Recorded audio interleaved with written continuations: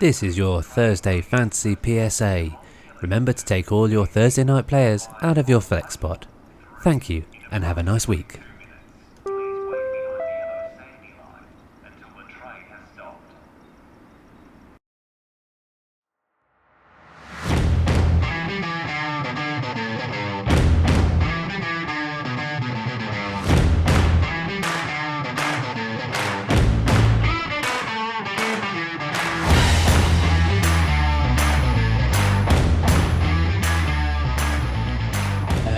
And welcome back to another episode of Rugby with Pads, the show brought to you by you guys, the listeners, and all of you who support me over on Buy Me a Coffee at rugbywithpads.com. Thank you so much for all your support over the past few years, past couple of years, and continued support. And a big shout out to our newest Gridiron Guardian, Harry. He joined membership off the back of one of the last episodes and a prompt from me in one of the leagues, and your merch will be winging its way to you, and this show is dedicated to you. But unfortunately, I'm not going to be talking about you much more than that. We're going to continue our series of breaking down some of the key games in our leagues that we've got here, and we are going to be delivering the content in the same way we have been doing the last couple of weeks, and hopefully you guys are enjoying this because it gives a bit more of a personal touch. And we have actually got the official NFL app working today. It hasn't done for a long time, and not to belabor the point, but it is a piece of rubbish, but we've got it working, so we'll start there. And you know what, guys, I'm sorry to do this first game's all about me. This is a game that I'm playing against Andy, and I not to sound confident, I'm 2-0 going into this, and I'm relatively confident of being able to win this one.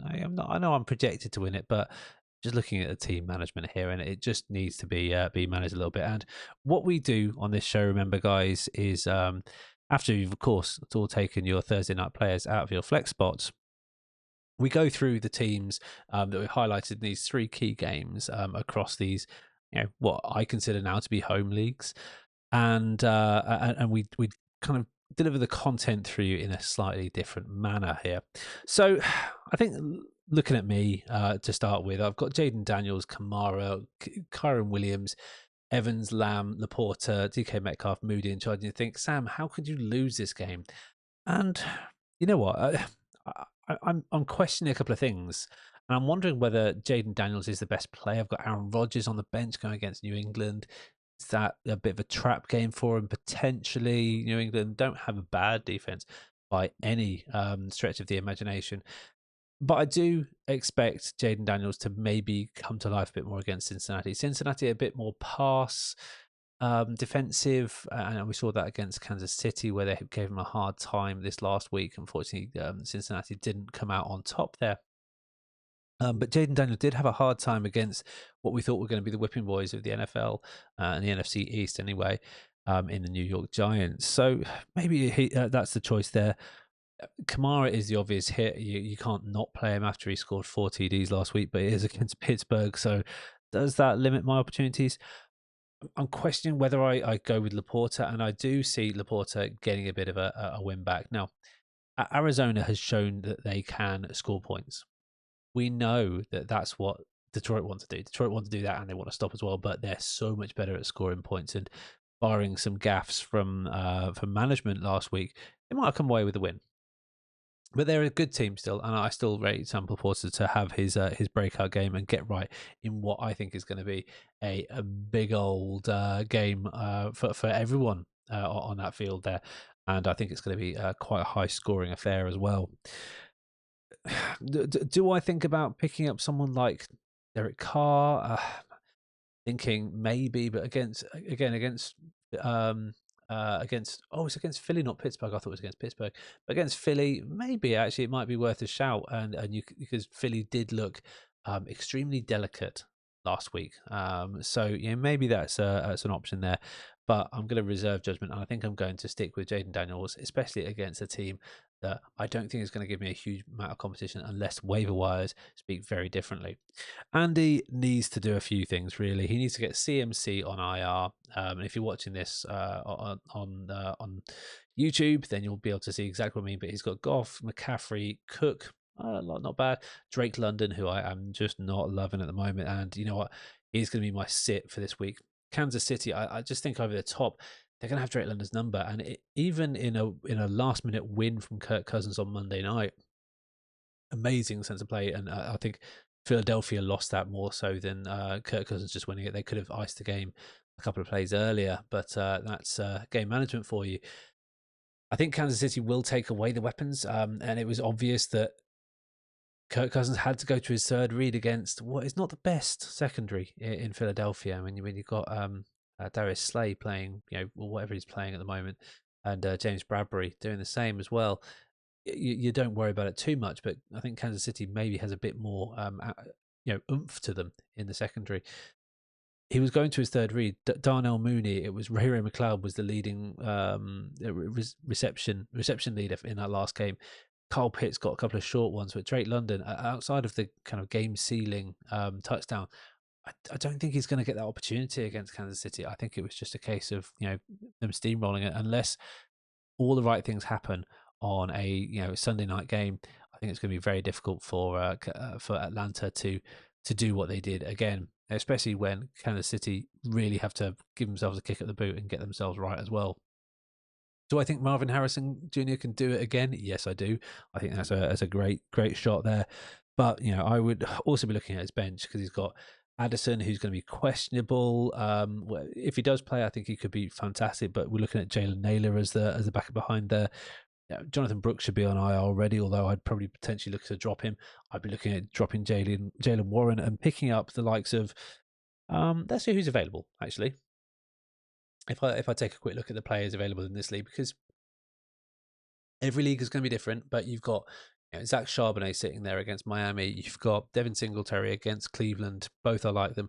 I talked earlier in the week about Braylon Allen. I really like that opportunity as well. Alexander Mattison against Carolina. I think that could be a game for him. I think they could be absolutely going for it as well. And I believe even Rashid Shaheed is available in this league. Not available in many leagues. It's a 10-person league with, as you've seen, quite a short leash as well. So plenty of people to think about. And Rashid Shaheed in this type of league is only rostered in 40% of leagues, which is crazy. The NFL app people, I think people who know ball these days are definitely migrating to sleeper. So let's do that the same. If I don't come out with a win here, guys, I'll be very upset. I do think I do stand a very good chance. Whether there's some things I can be doing in free agency myself, I might be looking at Shaheed instead of Terry McLaurin, even because Terry McLaurin really hasn't got it going. And I still think the run game is going to be ruling it out. And the run game and short passes until Jaden Daniel gets confident that he can whip it far, and Terry McLaurin gets that separation. He's not a viable option for me at the moment. And I'm maybe looking to get rid of Calvin Ridley after a decent performance in week 2. Just not in my long-term plans. But moving away from that game, let's have a look at our Dynasty League here. And today I'm going to focus on two players who are in the Western Conference. So we have two conferences here. It's pretty even, but you can tell the powerhouses are in the Eastern Conference early doors. Oz made himself an enemy by beating me so handily last week when he should have, by all rights lost, but he had a fantastic team. I have been punished with 353 points against me, still the second highest scorer across the league here, but, just coming up against the higher scorers than me as well, including Boz last week, who absolutely took me to town. Ed is got away with 2-0, 2-0. John in the Western Conference with a slightly softer schedule is also 2-0, but we don't have anyone without a win in the Eastern Conference. In the Western Conference is a bit different. We've got Alex, who I'm going to talk about in a second, who's 0-2, going up against Kristen, who always seems to be in the mix at 1-1. And their matchup is, I think, it could be quite tasty. I think it's going to be closer than you think. Alex, as you can see by her name here, is not having a good time, but I think that things could turn around a little bit. But let's focus on Kristen's team first. Sneakily, I'm not liking Tyreek Hill. Now, unless you've got a viable option, and in Dynasty it's very hard to find other viable options, I would still be starting Tyreek Hill just because there's volume play there particularly. But overall, if you have another option, and let's say you're incredibly blessed to have, such high-end talent at wide receiver that Tyreek Hill is an option that you could drop, I would be looking to drop him here because I'm seeing a big boost for A.K.A. this week, especially with Skylar Thompson under center, and Seattle do have a pretty nasty front seven here, so they're going to be pressuring Skylar Thompson a lot, and we could even see a third quarterback in there. Let's hope that's not the case. Tyreek Hill, I'm fading a little bit, but more to a flex play. If you don't have the depth in your squad, though, which Kristen doesn't hugely, then I wouldn't be looking at him. I mean, I wouldn't be looking at Demarcus Robinson or Tyler Lockett instead. I still think he's going to outscore those guys, but potentially not by as much as you would expect. There is a couple of guys who you could definitely drop here. I think Christian Kirk is definitely droppable by now, currently playing in your starting lineup as your third wide receiver. Evan Hull is now on the practice squad, I think. Has he been dropped? Yeah, he landed on the practice squad at the Colts, so he's not seeing the field anytime soon. But you could potentially add Deontay Foreman is it Donta Foreman as a volume play here as well. I think maybe complements that, but the team kind of picks itself. I think CJ Stroud, Jared Goff, you're going to go with both those guys. Carr as an option for Goff potentially if you trust him better against Philadelphia. Yeah, I really like this team a lot, and I think it's going to be sneaky good down the stretch because it's got quite a lot of depth in all the right places. Got some RJP Ryan locked and loaded to be the replacement for potentially for Isaiah Pacheco, which is a piece of news we haven't covered yet, and we will cover the news as part of this. But yeah, Pacheco seems to be out for 6 to 7 weeks with a fibular injury. A lot of people saying Carson Steele might make the jump, and expect some big waiver bids on Carson Steele this week. But some RJP Ryan, I think, could be a decent opportunity here. Alex's team is looking a bit more worn, and with Caleb Williams and Daniel Jones. Weirdly, I would play Daniel Jones this week over Caleb Williams. Yeah, it's a funny one. I know the Bears have done pretty well so far. Are they 2-0? I think they are 2-0 under Caleb Williams. But Caleb Williams has scored like a total of 8 points. Oh, here we go. Scored a total of 13 points in this format, and this is a 6-point touchdown. But you'll notice he hasn't scored a touchdown yet. He just hasn't turned over the ball much. He's done a little bit of rushing to make that. He's fumbled. He's not been great. He's just not been throwing it enough. To total for the season. That's crazy. 267 yards passing over 2 games as a pocket quarterback isn't great, but you can see I don't think it's all his fault. Unfortunately, Daniel Jones with the rushing upside in these kind of leagues is always going to be a pick there, but. I would be looking at Lazard, Mingo. There is another couple here. Jawan Johnson here. Even Michael Mayer, Conklin is potentially droppable as well. Sutton isn't really doing anything. Akers is a bit part player. You've got a lot of droppable assets here, Alex, and I would be looking to do so. You don't want to be relying on Javonte Williams and all the same guys that I suggested that Kristen picked up, like Donta Foreman, is pretty bare here. You could have a look at, but I would be looking at Daniel Jones over Caleb Williams and maybe elevate Brian Thomas and Jerry Jeudy into those flex positions. I think they might have a bit more of a chance this week. Jalen Waddle, I think, if he's playing slot versus Tyreek playing the X receiver, that's an option. Odunze, if he's back healthy, you want to be playing him as well. He obviously wasn't particularly healthy and wasn't all at it. He did run 94% of snaps. I didn't suspect that, but you maybe want to be looking at him as well. And Jackson Smith and Jigba obviously had a little bit of a breakout last week, which we love to see as such a high-end talent there.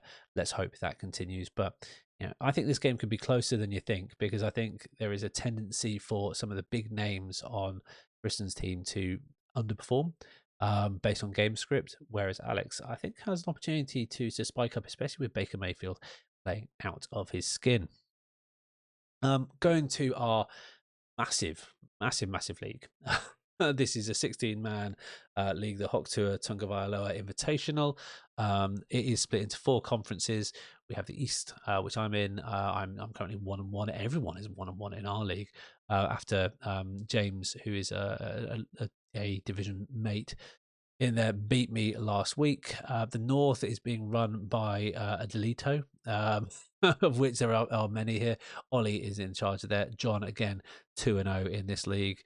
The South is a bit of a different story. Andy is doing well there. We've got some familiar names. My brother's in there.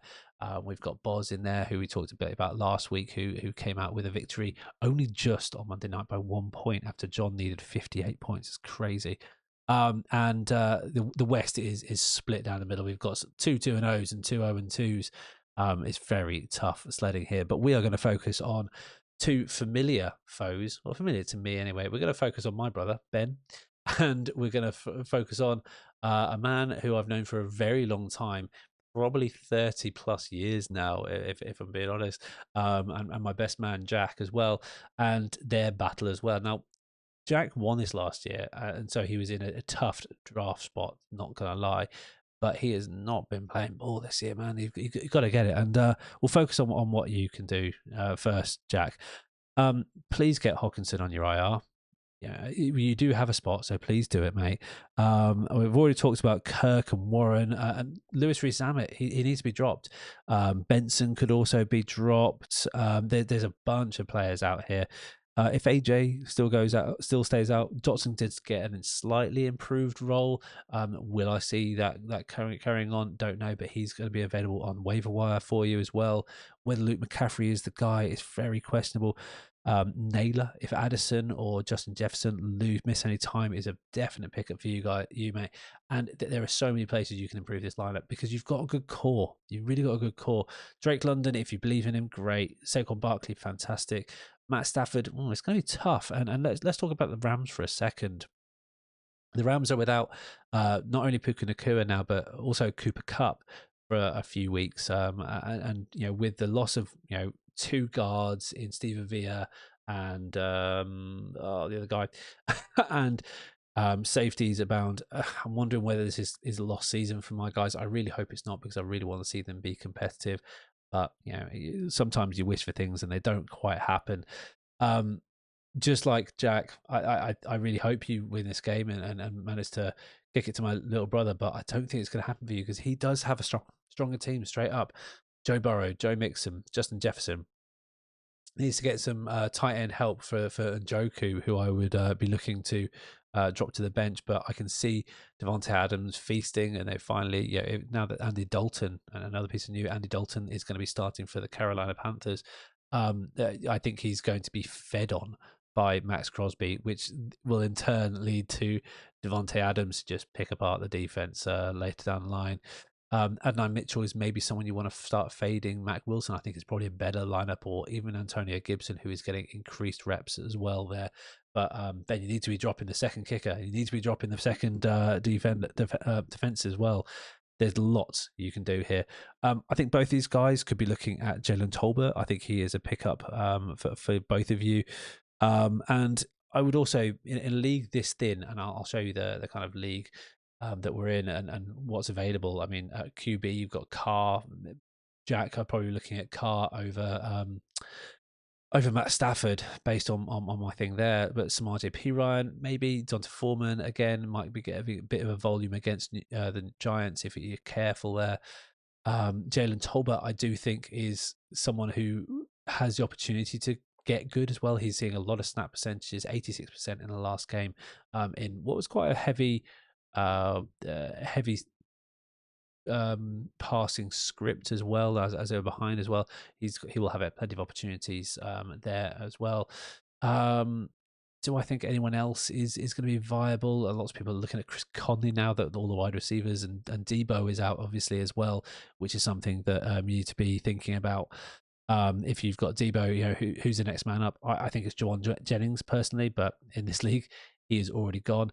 But I'd be looking at Jordan Whittington. The stats lie a little bit because he did have a touchdown that was called back, so the stats lie a little bit there. But Jalen Naylor, definitely an option. The play was beyond the 14.4 points here that he received in a PPR league. I think he can do much better than that. But coming back to the matchup, I think based on the balance of things, even though, Jack, you do have that lovely golden medal next to your name here in Sleeper, I think this is Ben's game to win. And providing he finds an alternative, well, he's got Isaiah Likely that he could elevate for Njoku, which I think is great. But Ben, if you're active on the waiver wire, you could definitely do some damage and go after the people that Jack desperately needs to go after and get yourself that third win of the season. So that's the matchups. And as always, I want to leave you guys with a couple of names to be thinking about. Not only in your kind of start sits, your hot or not, but also in your waiver wires, because some of you might have had waivers yet. Some of you might have. Some of you have a second round. There's plenty of names out there. Carson Steele available in 98% of leagues. Carr still available in 91% of leagues, which is crazy. Shahid is available in 40% of leagues. There's loads of players you want to be thinking about. If we're looking at the general kind of play, Jets versus New England, and in a second I'll bring up the I'll bring up the schedule for this week. But there's a few games that I might want to target based on the game script alone. Jets versus New England, I think, could be a massive running game. I think I'll be surprised if I see anything above that, because neither team are really getting the passing game going. So what do you do then? You lean on what you know, and for both teams, that is the running game. And I've already talked about Antonio Gibson getting a play. I spoke earlier on in the week about Braylon Allen being a factor as well. So maybe I'll be looking at that in that game. Let's look at week 3. This app is terrible. Yeah, sorry. They'll get back to here. New England versus New York is the Thursday night game. Thursday night is terrible for passing. It just appears, and we are definitely seeing a switch from a passing to a running league as well. So maybe spool up your running backs over there.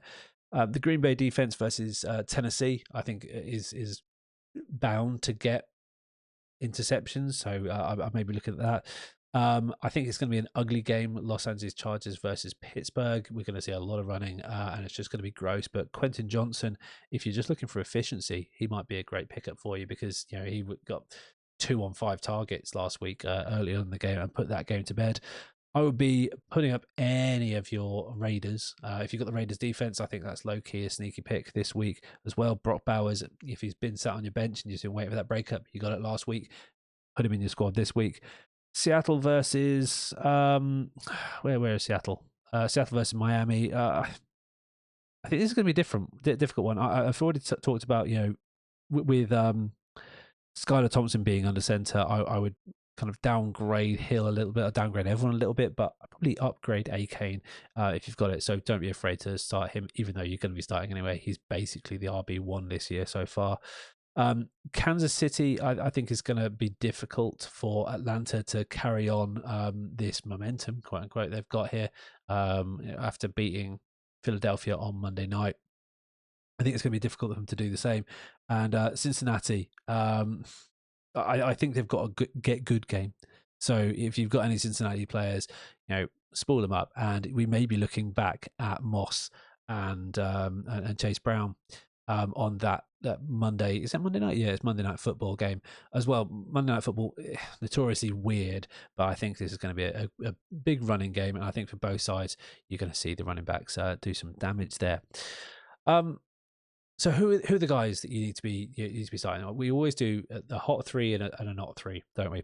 So the hot 3 for me. Well, no, let's start with the negative, shall we? Because that's the kind of mood I'm in. Very cerebral. No, I'm not joking. We're looking at fading Tyreek Hill if you have to. That is a bold cause, and I'm putting him in the not category just because I don't think he's going to score 15 points. I think he's going to score 10. Might be workable for you, but that's where it is. Drake London, for all the reasons I've talked about earlier, I just don't think he's the guy there, especially against the stout Kansas City defense on that night. Yeah, I'm just not buying it as well. And I'm going to fade Aaron Rodgers. Even though I was kind of umming and ahhing starting him over Herbert, I still believe in the talent of Herbert, and I don't believe in the game script, especially on a Thursday night for Rodgers. But the guys I would be starting about, I just spoke about him a second ago. Brock Bowers, start him up. And I'm going to stick with the Raiders as well. I've been picking defenses because they've been doing some damage. The Raiders defense against Carolina, against Andy Dalton, who, yes, he's a viable backup. I believe he's being thrown to the wolves, not and they're protecting Bryce Young from getting any worse. This is a protected matter. Yes, Carolina is where quarterbacks go to die, apparently, but I don't see Andy Dalton being able to get them out of that situation. And I'm going to stick to my guts. I'm going to stick to Laporta getting himself right. It was my first read when I looked through these games as well. I think Laporta getting right against Arizona in the NFC NFC West versus North clash, I think is a game. I think that's going to be a fun game. And that's probably going to be my game of the week. If you're going to watch any of them, watch that one. I don't know what time it's on. Let's have a quick look what time it's on. It's in a late window, so you can probably just catch it before you fall asleep at 1 a.m. But if you're like me, in bed by 10:30 because you've got 2 kids and you've got to be up at 5:30 in the morning, I'll be catching the first part of that and hoping to see a couple of early touchdowns. But that is your lot, folks. Really appreciate you listening. And once again, this is the show that's brought by you guys. I try and do as much as I can for you guys. If you're interested in looking at the additional content, we have rugbywithpads.com. I've put this week's waivers post up there. Bit of an expanded story behind that, but hopefully you get the idea of what you can get. So remember, you can become a member from as little as £1 and support the pod and get extra discounts, as well as this month alone, if you use the code SEPTSEASON, that's SEPTSZN on checkout at rugbywithpads.com, you can get another 15% on top of your member discount. So for £1, you can get a huge amount off. You get 25% off nearly. That maths probably isn't mathing, but you get the gist. If you've listened this far, please like, subscribe, share, all of that fun stuff. Follow us on socials at rugbywithpads. I'm going to leave you out before a clean 26 minutes. That's not clean 26 minutes, but thank you so much for listening, and I will see you all very soon on the virtual gridiron.